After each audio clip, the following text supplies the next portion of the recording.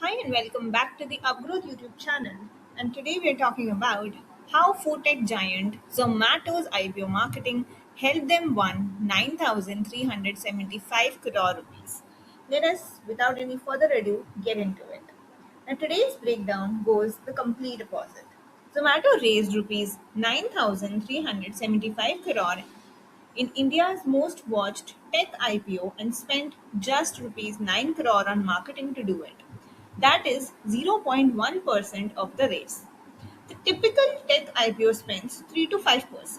Now, this is the story of how brand equity completely replaced advertising spend and what every growth stage company can learn from it. Now, let us first understand what all we'll be covering in this article. Now, we'll talk about the numbers that shocked everyone, the complete timeline we'll talk about with each milestone, what they actually spent money on, the budget breakdown, typical, and what Zomato did, then how Zomato spent 96% less than the typical IPOs that they usually spend. Then why minimal spend actually worked for them? What was the what was the social media strategy that replaced advertising? And what happened after the euphoria? Then we will break down the strategy breakdown between what Zomato did differently. What are the lessons for upcoming growth stage companies? The playbook that will actually transfer and play a very crucial role, and what this means for marketing ROI measurement. Lastly, we will also give a sneak peek to our related case study regarding credit. How AI search is changing the IPO marketing, we will finally have a look at this and end the article. So let's talk about the numbers first. Now 9 crore spent and 9,375 crore raised. IPOs oversubscribed 38.25 times, listed at rupees 116, a 53% premium over the 76 issue price. Now, the media mix is what makes this really interesting. 70% own media, their own app, email, push notification, social channels, 20% on media, press coverage, social sharing, organic buzz, and only 10% paid ads. Now, for an IPO of this scale, the ratio is almost unheard of. So, how did they pull this off spending almost nothing? Three things were already in place before the IPO even launched. Now, let us first understand. You can also scroll here and look at their IPO timeline.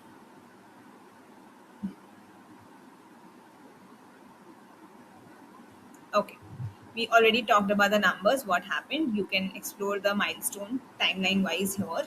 Now, let us get into how did they pull this off, spending almost nothing. Now, what happens, as I told you, three things were already in place. Number one, 80 million monthly active users who had the Zomato app on their phone, right? 5 million social media followers they could reach for just free, and 1,61,000 delivery partners who became walking brand ambassadors.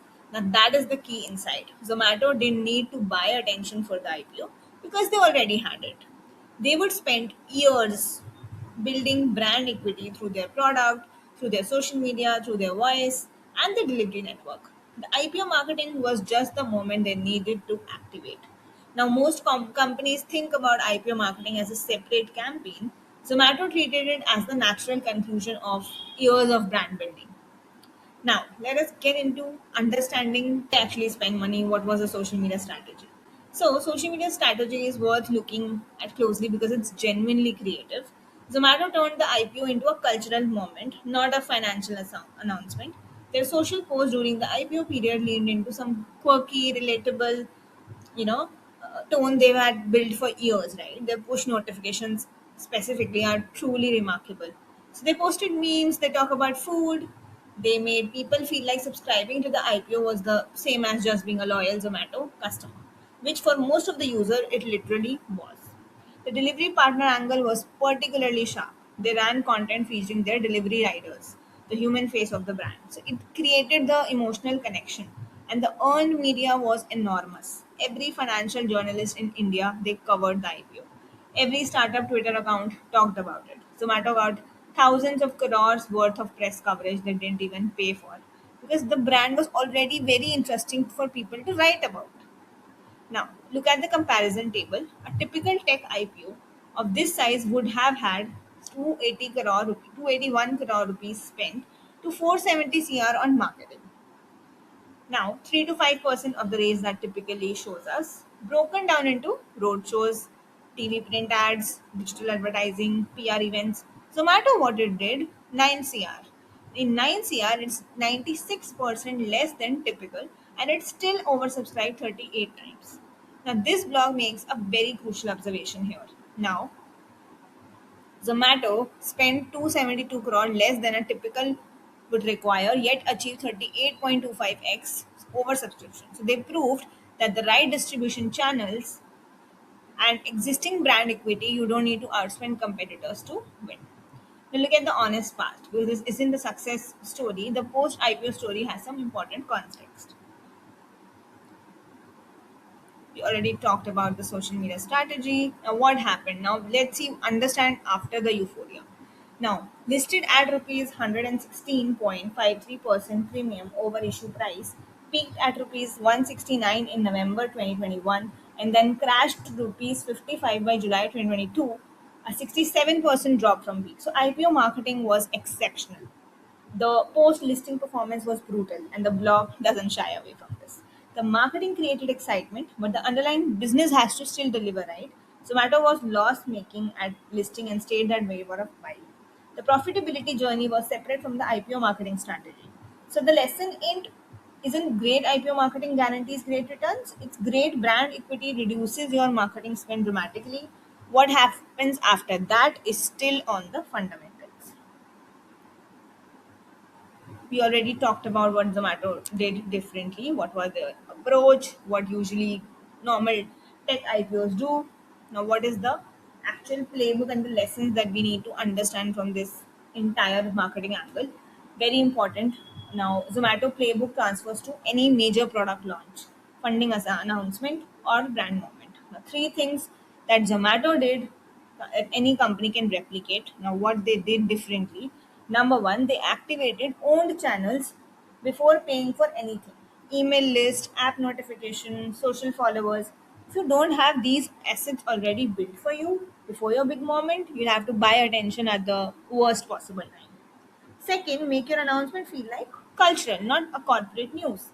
Zomato's IPO post felt like Zomato's normal post. Okay, the voice didn't change, the tone didn't shift. It felt authentic because it was consistent. That is the brand equity doing its job. Third, let your users be your distribution. Zomato's 80 million users were already invested in the brand emotionally. Turning them into IPO advocates was a natural extension of that relationship, not a manufactured campaign.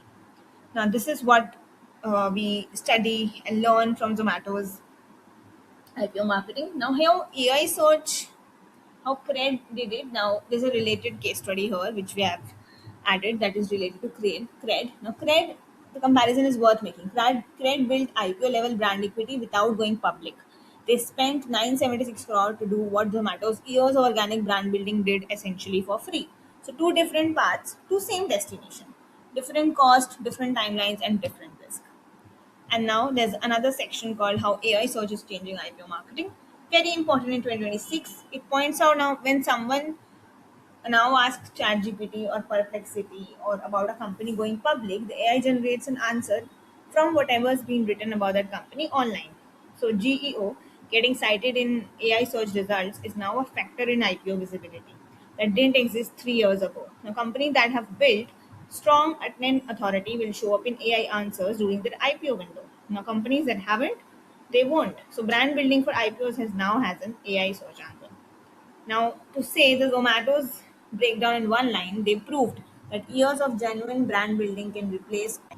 The math only works because the brand equity was already there. So, what's the takeaway? The takeaway for any growth stage company: every rupee you invest in brand today is reducing your future marketing cost. Zomato didn't get lucky with their IPO marketing, they earned it over a decade of consistent brand work. Full blog, I have shared the link in the description. And if you haven't watched the Byju's and Creds breakdown as well, so check those as well out. Three different companies, three completely different marketing philosophies, three very different outcomes. Subscribe for more breakdowns like this. We do it very often on our channel. And drop a comment and tell us which of these three was the most interesting to you. And we'll see you in the next breakdown. Thank you.